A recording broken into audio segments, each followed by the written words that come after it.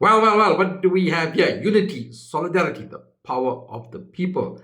Members of the newly formed eTequini Clothing and Leather Council voted unanimously to embark on a 5-day shutdown of the CMT factories in eTequini. This after repeated efforts to engage the Premier had failed. A few months back, the Premier made a call that business owners who hire undocumented foreigners, well, they must be arrested. The heart of the CMT industry are the machinists. Over 80% of the machinists are foreigners. Locals are either not skilled or don't want to do this kind of job. So a blanket removal of these foreigners will see the industry collapse, leading to more unemployment. SA's current employment rate, official unemployment rate, rose to 32.7% in the first quarter of 2026.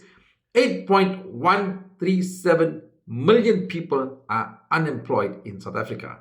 The country lost 345,000 jobs in the first part of the year. Youth unemployment sitting at over 60%. Bearing this in mind, the CMT factory owners, through the eTequini Clothing and Leather Council, approached the Premier for intervention. Either he offers them a moratorium period to rectify the situation. They're quite clear that there's a problem. They want to rectify the situation. Or the businesses have to close down so that the owners don't face the risk of arrest as called by the Premier. Sadly, the Premier has not responded to the call. And what's more concerning is that a senior member of the IFP, who I was in contact with, would advise me, when I advised that the owners would embark on a shutdown if the Premier did not address the concerns of the business owners, he told me, tell them to go ahead, meaning go ahead with the shutdown.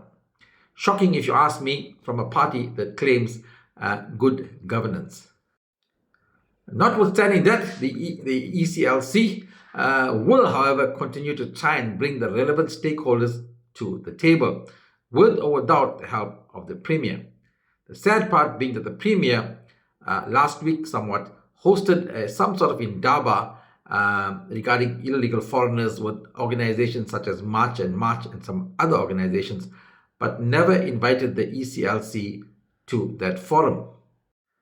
The Premier's non-response is even more amplified when you consider that I wrote to him as president of the 1860 NIC Congress, even before the ECLC wrote to him, regarding the same matter, seeking his urgent attention.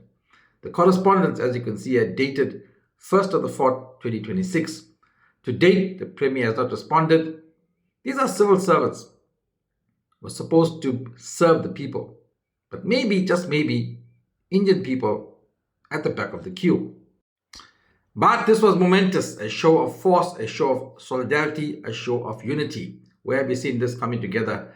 The Indian business owners all coming together, meeting on one platform. And 1860 NIC Congress will continue to lead from the front. Our members employ in excess of 10,000 people. They've provided employment, driven the economy for years and years, 50, 60, 70 years.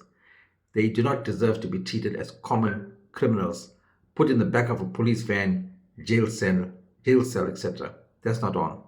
We will tell out what we must, failing which our members will have to call it a day.